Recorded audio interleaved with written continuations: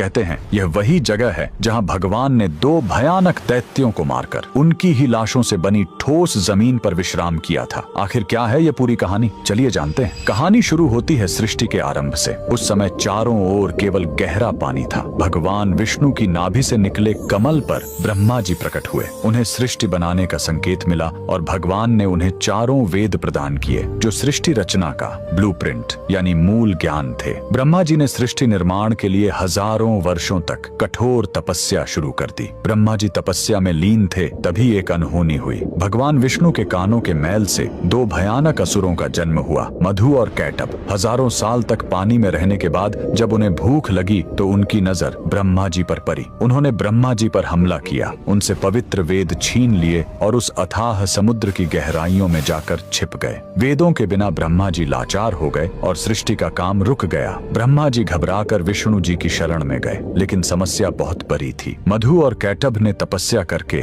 देवी महाशक्ति से इच्छा मृत्यु का वरदान पा लिया था, यानी वे अपनी मर्जी के बिना मर नहीं सकते थे। तब वेदों को वापस लाने के लिए विष्णु जी ने हयग्रीव अवतार लिया। उन्होंने घोड़े का सिर इसलिए चुना ताकि उसकी तीक्ष्ण बुद्धि और सूंघने की शक्ति से वे समुद्र के उस घने अंधेरे में भी वेदों को खोज सके। भगवान हयग्रीव पानी के भीतर गए और असुरों से हजारों साल तक युद्ध किया, लेकिन वरदान के कारण वे मर ही नहीं रहे थे। अंत में भगवान ने अपनी माया से उन्हें मोहित किया और पूछा कि तुम्हारी मृत्यु कैसे होगी। असुरों ने अहंकार में शर्त रखी, हमें वहां मारो जहां पानी न हो, एकदम सूखी जगह। पूरी दुनिया में तो पानी ही पानी था। तब भगवान ने अपना विराट रूप धारण किया, अपनी विशाल जांघों को पानी से ऊपर उठाया और कहा, मेरी जांघें सूखी हैं, और वहीं उन दोनों का वध कर दिया। मरने के बाद उन विशालकाय दैत्यों के शरीर से जो भारी मेद यानी चर्बी निकली वो जम गई और उसी से यह ठोस धरती बनी। इसीलिए पृथ्वी को मेदिनी कहते हैं। युद्ध के बाद थके हुए भगवान हयग्रीव ने इसी नई बनी जमीन पर असम के मणिकूट पर्वत पर विश्राम किया। उन्होंने वेद ब्रह्मा जी को लौटाए और ज्ञान